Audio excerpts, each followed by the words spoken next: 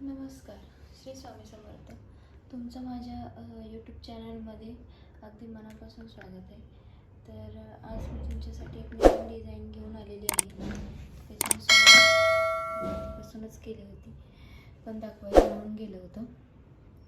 तर या व्हिडिओमध्ये मी तुम्हाला सांगणार आहे की मी रांगोळी मॅटसाठी कोणतं कापड यूज करते ते. तर व्हिडिओ एंडपर्यंत नक्की बघा.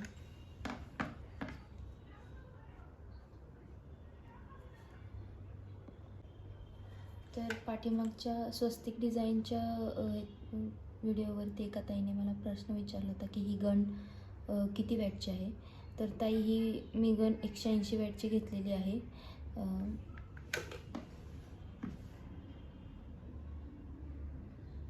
तुम्ही 150 वॅटची गनसुद्धा यूज करू शकता, पण मी 180 वॅटची गन घेतलेली आहे. तर इथं मी फुलांना ब्लॅक कलरनी बॉर्डर केलेली. तसंच आता मी ह्याच्या पानांना डार्क ग्रीन शेडनी बॉर्डर करून घेणार आहे.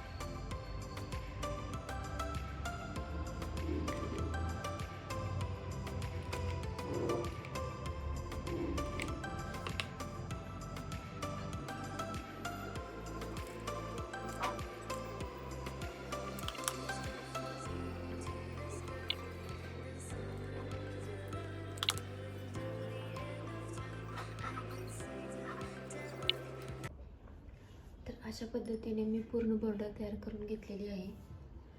तर आत फिलअप करण्यासाठी फुलांसाठी मी हा ब्लू कलर आणि पर्पल कलर चूज केलेला आहे. तर आतून मी फिलअप कसं करायचं हे तुम्हाला दाखवून देते. तर मी या कलरने एक फूल आतून फिलअप करणार आहे.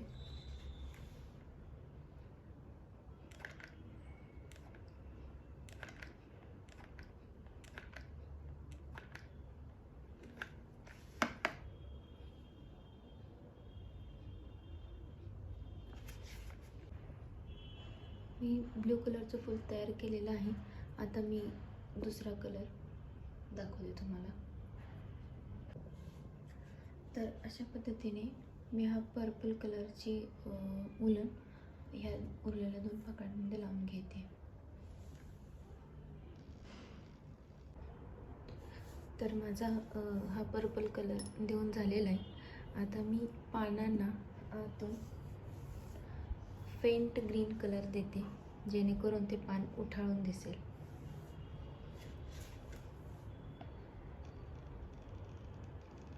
पहिल्यांदा कडेकडेनेच सुरुवात करायची,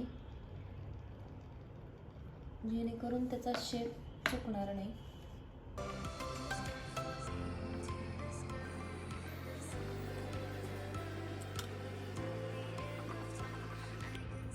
तर अशा पद्धतीने मी हे पानांना आतून फेंट ग्रीन कलर पण फिलअप करून घेतलेले.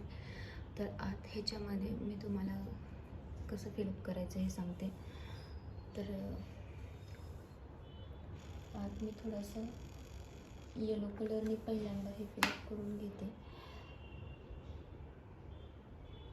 ज्याने याचा लुक एकदम क्लासी येईल.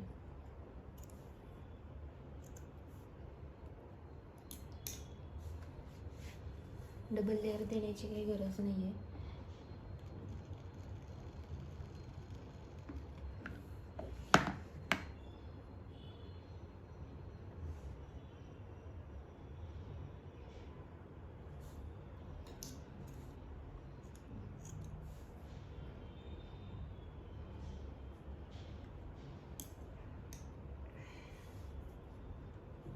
आणि नंतर मग मी हा व्हाईट कलर याच्याकडे मी फिलअप करून घेते. तर बघू शकता किती सुंदर फूल तयार करून झालेलं आहे. हे तुम्ही रांगोळी तुमच्या देवघरासमोर अगदी पाहुणे आले तेव्हा डेकोरेशन म्हणून दारासमोर वगैरे ठेवू शकता.